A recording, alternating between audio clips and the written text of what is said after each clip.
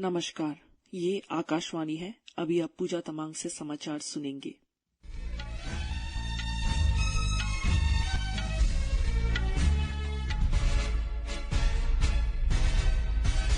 पहले मुख्य समाचार।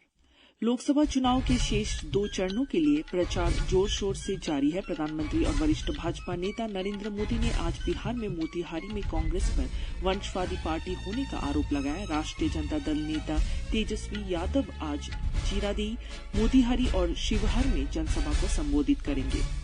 दिल्ली की अदालत ने शराब नीति घोटाला मामले में आम आदमी पार्टी नेता मनीष सिसोदिया की न्यायिक हिरासत की अवधि 31 मई तक बढ़ाई। ईरान में 28 जून को राष्ट्रपति चुनाव होंगे। जापान में कोबे में विश्व पैरा एथलेटिक चैंपियनशिप में महिलाओं की F51 क्लब थ्रो प्रतियोगिता में भारत की एकता भ्यान ने स्वर्ण पदक जीता। हॉकी में भारतीय जूनियर पुरुष टीम ने बेल्जियम पर जीत के साथ यूरोप का दौरा शुरू किया। और अब समाचार विस्तार से।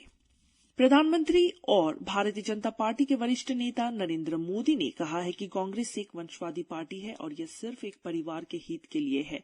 आज बिहार के मोतिहारी में एक जनसभा में उन्होंने कहा कि कांग्रेस पार्टी के नेतृत्व में INDI गठबंधन लोकसभा चुनाव में हारने जा रहा है। उन्होंने कहा कि भ्रष्टाचार और भारत विरोधी प्रचार में शामिल लोगों को जनता उचित जवाब देगी। उन्होंने निर्धन लोगों को बिजली और गैस कनेक्शन उपलब्ध कराने के लिए किए गए प्रयासों की चर्चा भी की।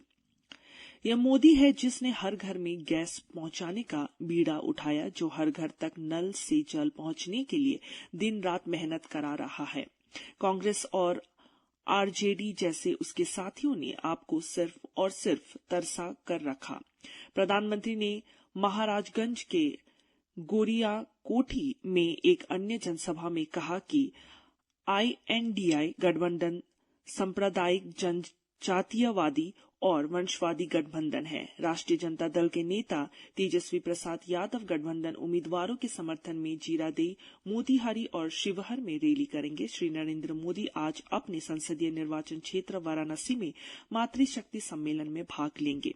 दिल्ली के सभी लोकसभा सीटों के लिए शनिवार 25 मई को होने वाले चुनाव के लिए प्रचार चरम पर है। भारतीय जनता पार्टी, कांग्रेस और आम आदमी पार्टी के नेता जोर शोर से प्रचार में लगे हैं।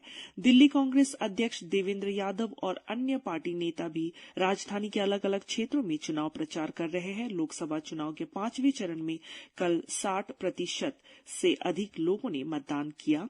इस चरण में 6 राज्य के 49 लोकसभा निर्वाचन क्षेत्रों के लिए मतदान हुआ। इस चरण में कुल 695 उम्मीदवार मैदान में थे। 5वें चरण का मतदान संपन्न होने के साथ ही अब तक 25 राज्यों में 428 लोकसभा सीट के लिए मतदान पूरा हो गया है। अरुणाचल प्रदेश, सिक्किम, आंध्र प्रदेश और उड़ीसा की 63 विधानसभा सीट के लिए भी मतदान संपन्न हो गया है। बिहार के सारण संसदीय निर्वाचन क्षेत्र में छपरा के तेलपा थाना क्षेत्र में चुनाव के बाद हुई हिंसा में एक व्यक्ति की मृत्यु हो गई और 2 व्यक्ति घायल हो गए हैं। 2 आरोपियों को गिरफ्तार कर लिया गया है। स्थिति नियंत्रण में है और पुलिस बल तैनात किए गए हैं। सोशल मीडिया पर अफवाहों को नियंत्रित करने के लिए जिले में आज से 2 दिन के लिए इंटरनेट सेवा बंद कर दी गई है। लोकसभा चुनाव के 5वें चरण में कल 60% से अधिक लोगों ने मतदान किया। इस चरण में 6 राज्य की 49 लोकसभा निर्वाचन क्षेत्र के लिए मतदान हुआ। इनमें उत्तर प्रदेश की 14, महाराष्ट्र की 13, पश्चिम बंगाल की 7, उड़ीसा और बिहार की 5-5, झारखंड की 3 तथा जम्मू और कश्मीर और लद्दाख की 1-1 सीट शामिल है। भीषण गर्मी के बावजूद लोगों ने मतदान में उत्साहपूर्वक भागीदारी के। इस चरण में कुल 695 उम्मीदवार मैदान में थे। जम्मू कश्मीर के बारामुल्ला में 56.73% मतदान हुआ, जो पिछले 35 वर्षों में सर्वाधिक है। बिहार में 54.85% और झारखंड में 63.07% मतदान हुआ। लद्दाख में 69.62%, महाराष्ट्र में 54.29%, उड़ीसा में 67.59%, उत्तर प्रदेश में 57.79% और पश्चिम बंगाल में 74.65% मतदान हुआ। 5वें चरण का मतदान संपन्न होने के साथ ही अब तक 25 राज्यों में 428 लोकसभा सीट के लिए मतदान पूरा हो गया है। अरुणाचल प्रदेश, सिक्किम, आंध्र प्रदेश और ओडिशा की 63 विधानसभा सीट के लिए भी मतदान संपन्न हो गया। दिल्ली की राउज एवेन्यू अदालत ने आज आबकारी नीति घोटाले से जुड़े धन शोधन मामले में पूर्व उप मुख्यमंत्री और आम आदमी पार्टी के नेता मनीष सिसोदिया की न्यायिक हिरासत 31 मई तक बढ़ा दी। मामले की अगली सुनवाई 31 मई को होगी। पिछले वर्ष 26 फरवरी को केंद्रीय अन्वेषण ब्यूरो सीबीआई द्वारा गिरफ्तार किए जाने के बाद से सिसोदिया न्यायिक हिरासत में है। बाद में उन्हें प्रवर्तन निदेशालय ने भी गिरफ्तार किया था। प्रवर्तन निदेशालय और केंद्रीय अन्वेषण ब्यूरो ने इस आधार पर सिसोदिया को राहत दिए जाने से का विरोध किया कि अभियुक्त के असहयोग के कारण मामले में आरोप तय करने में लगातार देरी हो रही है। आज देश भर में अंतकरोधी दिवस मनाया जा रहा है।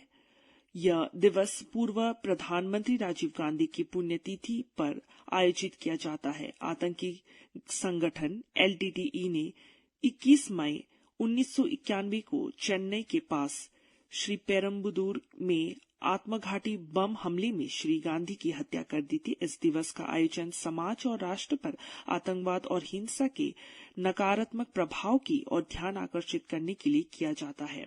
ईरान में राष्ट्रपति चुनाव 28 जून को होगा। यह निर्णय ईरान के अंतरिम राष्ट्रपति मोहम्मद मकबर, मुख्य न्यायाधीश गुलाम हुसैन मोहसेनी एजीई और संसद अध्यक्ष मोहम्मद बाकर कालीबफ के साथ हुए बैठक में लिया गया। बैठक में कानूनी मामलों के उपाध्यक्ष मोहम्मद देहकान तथा ईरानी संवैधानिक परिषद और गृह मंत्रालय के प्रतिनिधि भी शामिल थे।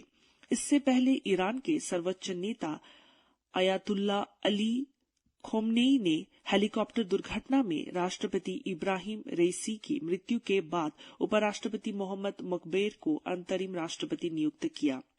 भारत की एकता बयान ने जापान में विश्व पैरा एथलेटिक चैंपियनशिप में महिलाओं की F51 स्पर्धा का स्वर्ण जीत लिया है।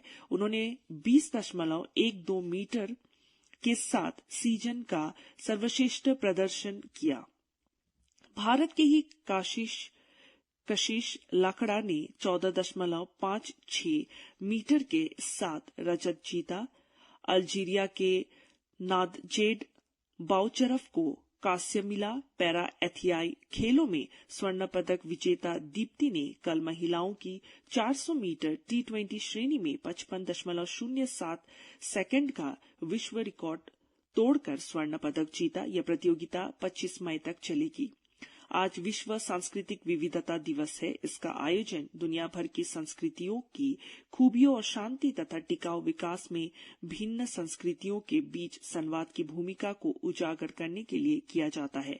माना जाता है कि दुनिया के 90% संघर्ष अलग अलग संस्कृति के लोगों के बीच संवाद कम होने के कारण ही है। संयुक्त राष्ट्र शैक्षणिक, वैज्ञानिक और सांस्कृतिक संगठन यूनेस्को के अनुसार सांस्कृतिक और रचनात्मक क्षेत्र को लोक नीति और अंतर्राष्ट्रीय सहयोग में समुचित स्थान नहीं मिल पाया है। इस दिवस का आयोजन सांस्कृतिक विविधता की समझ विकसित करने के उद्देश्य से किया जाता है।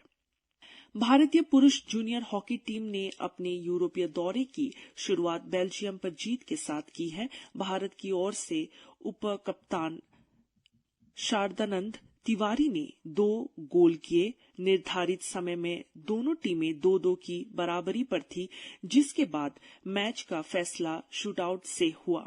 भारत की तरफ से गुरजोत सिंह, सौरव आनंद कुशवाहा, दिलराज सिंह और मनमीत सिंह ने पेनल्टी शूटआउट में गोल किए और गोलकीपर प्रिंसदीप सिंह ने 2 गोल बचाकर पेनल्टी शूटआउट 4-2 से जीत लिया। भारत अपना दूसरा मैच कल नीदरलैंड के ब्रेडा में बेल्जियम में खेलेगा। आईपीएल क्रिकेट के पहले क्वालीफायर मुकाबले में आज सनराइजर्स हैदराबाद का मुकाबला कोलकाता नाइट राइडर्स से होगा।